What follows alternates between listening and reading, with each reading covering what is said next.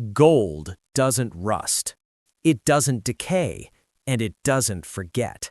Long before computers tracked wealth and before money became numbers on a screen, gold was certainty made solid. It could cross borders without language, survive the collapse of empires, and outlive the people who owned it. For centuries, whoever controlled gold controlled trust itself. And no moment in modern history tested that truth more violently than the years surrounding the Second World War.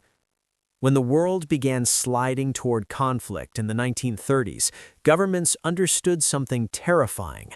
Armies could be defeated, cities could fall, but gold could decide who recovered and who disappeared.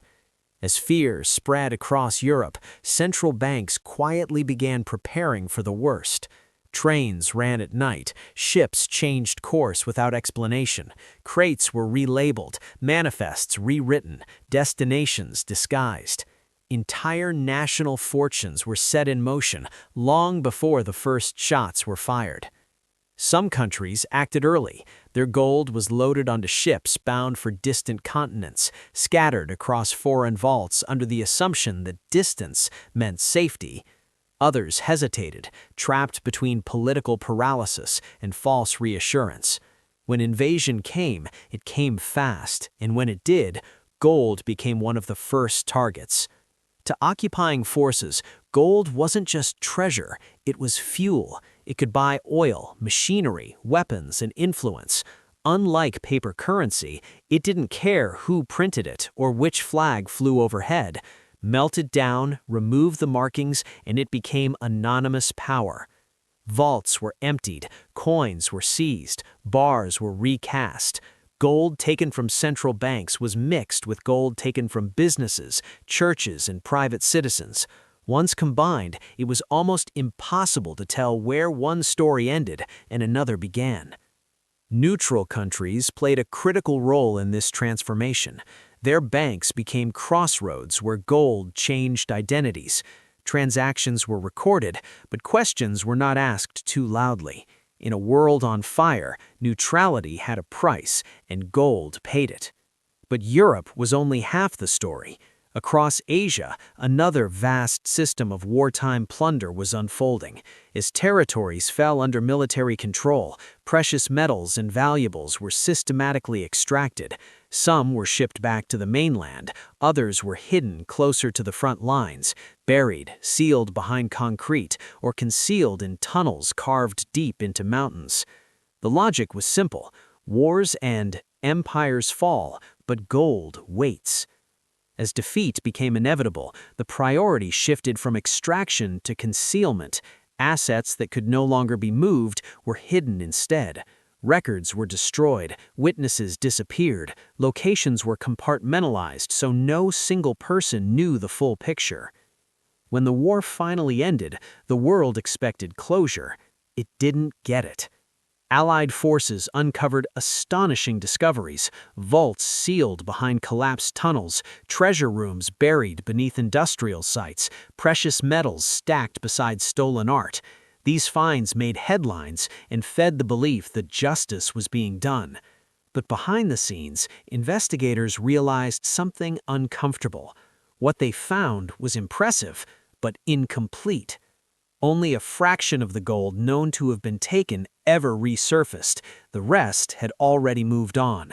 Some had been traded years earlier, some had vanished into private holdings, some had been absorbed into national reserves under layers of bureaucracy and silence. To address the problem, international commissions were created to sort, catalog, and redistribute recovered gold. The process took decades. Claims overlapped, documentation was missing, entire shipments had no clear origin. In many cases, the gold itself was real, but its history was unknowable. And even as these efforts unfolded, the world was changing again. The Cold War arrived almost immediately, bringing new priorities and new moral compromises. In the emerging struggle between global powers, untraceable wealth became an asset. Gold without paperwork could fund operations that never officially existed. It could stabilize allies, influence elections, or finance covert campaigns without ever appearing on a balance sheet.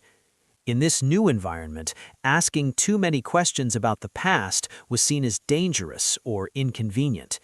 By the time the global financial system stabilized, much of the missing gold had effectively been legalized through time.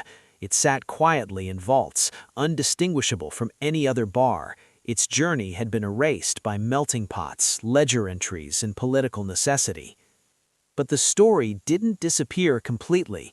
Rumors persisted, whispers of hidden trains, shipwrecks carrying wartime cargo, forests concealing buried caches. Most of these stories led nowhere, fueled more by imagination than evidence. Yet every so often, something real emerged. A verified hoard, a confirmed wreck, a sealed chamber no one remembered building. Each discovery reminded historians of an uncomfortable truth. The accounting was never finished. In today's terms, the missing gold represents staggering value, tens of billions of dollars when adjusted for modern prices. But its significance goes beyond money. It represents how quickly ownership can dissolve when systems collapse, how legality bends under pressure, how wealth flows not toward justice, but toward those best equipped to hide it. And that lesson didn't end in 1945. The methods pioneered during the war, moving assets across borders, laundering ownership through intermediaries, exploiting legal gray zones, are still very much alive. The tools have changed, the speed has increased, but the principle remains the same. In moments of crisis, wealth doesn't vanish, it relocates. Gold once served as the ultimate shield against uncertainty, but history shows that its safety was never absolute. It depended on borders holding, governments surviving, and vaults remaining secure. When those failed, gold followed power, not principle. That's the real legacy of the missing wartime gold, not the unanswered question of where every bar ended up, but the proof that financial security is only as strong as the system protecting it. When those systems fracture, even the most trusted store of value can be stripped away, repurposed, and forgotten. Today, wealth moves faster than ever. It's digital, global, and abstract, yet the same forces apply. Crisis accelerates transfers, chaos creates opportunity, and those prepared to operate in the shadows often emerge ahead. The gold of the past teaches us history doesn't need to repeat itself to warn us, it only needs to rhyme. Because when the world is under stress, the line between lawful exchange and outright theft becomes dangerously thin, and by the time stability returns, the wealth has already chosen its new home. Understanding that isn't paranoia, it's preparation. And in an uncertain world, that might be the most valuable lesson gold ever taught us.